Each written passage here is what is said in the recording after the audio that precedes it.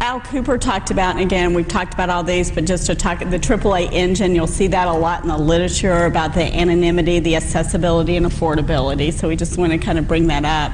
What we do know is that we have all these theories about why do people do and say things online or get into problematic use on the internet, and we know that it's more than any of this. One of the things that I think really is interesting is the internet's the only medium that really matches to our mood and our personality. If you really don't want to talk to anybody and don't want to deal with reality or life, you can zone into gaming by yourself.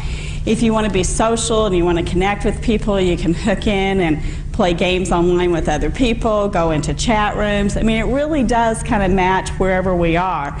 It also matches, we've often talked about that if we took all the personality disorders, we can match them up with certain areas of the internet. So if you're really histrionic, you can go into chat rooms. There's no more histrionic place in the world than being in a chat room that you become a member of. There's always lots of drama going on.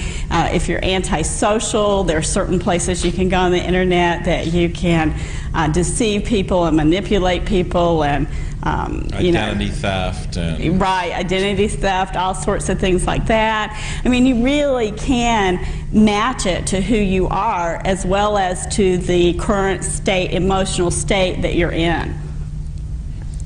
One of the things, too, I just want to say before we go off this topic is we've said that we're going to talk about assessment and treatment this afternoon.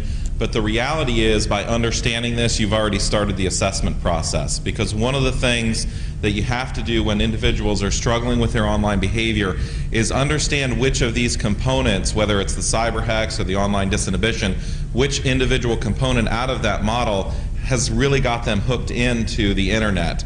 Because if you can understand what it is that has them hooked, that's the place that you can begin to unhook them. So, you know, if it's really about the anonymity, when we start talking about management, we're going to have to put some things into place that make them less anonymous or make them feel less anonymous, because the reality is they aren't anonymous online anyway.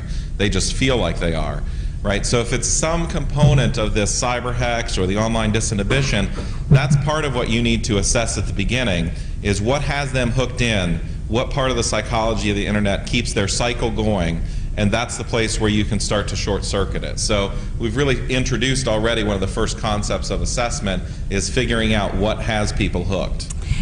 We are now going to go on, we're going to go online a little bit. And we did do some screen captures because it would be 6 hours of just being online if we went everywhere we kind of wanted to show you. Now, I think it's important to understand why do you need to go online and know some of these places and some of the terminology. About 14 or 15 years ago, I had a client. I was a sex offender, and he was in treatment with me, and he was clearly a pedophile. He had like over 300 victims, but he had started talking about going online and going to news groups and going to cooking and gardening news groups, which I thought, well, that was good. You know, he's like broadened some interest, he's getting other passions in his life, naive that I was. And I happened to mention to David, oh, you know, I have this guy and he's going online to these news groups and he's going to cooking and gardening news groups, and David said to me, you are such an idiot. And I said, what do you mean? I don't think I used that word. I think you did. I think you put a word before that word, actually, if I remember correctly.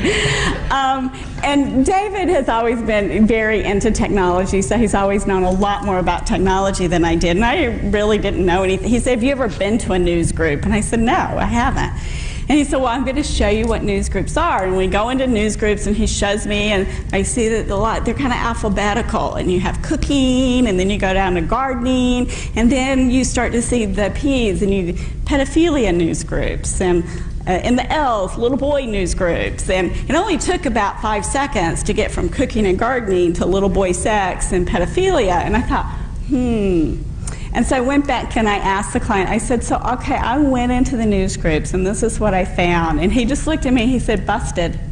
And, you know, and it was because I didn't know enough about anything to even know to ask what kind of questions to ask.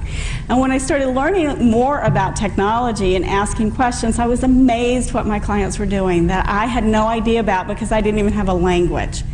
So this is to give you a little bit of the language. For people who aren't very tech savvy, you'll feel a little overwhelmed by the end. That's okay. But it's just to start to give you a little bit of that world and to show you what's out there, because I think we know what's out there, but we think about it from our own set of experiences. When you start to see what's out there, I mean, I'm continually, amazed at what I find online. So I think it'll help give you a context for what your clients are doing, a language to be able to do a better assessment with. So that's kind of the reasoning behind it. We've done these presentations without the online demo, and it's one thing to tell an audience what kinds of things are out there. It's another to show an audience, and I think a lot of helping professionals that we talk to are very interested in the ways that their clients are getting into trouble online, but they're afraid to go on with their own computer. What if I run into something that's illegal? What if I go into an area and start getting a bunch of emails and spyware and viruses? So we're using Elizabeth's computer this morning. We are. He doesn't even want to use his computer. We use my computer. Her turn to clean up. So it gives you an opportunity to kind of really see what's out there in a safe way. Okay, so let's just go over to Google. Can we go to Google and do a search? So we're going to go over to Google. We're going to start with some web pages, and we did do some screen captures because, again, we can't take the time to go everywhere.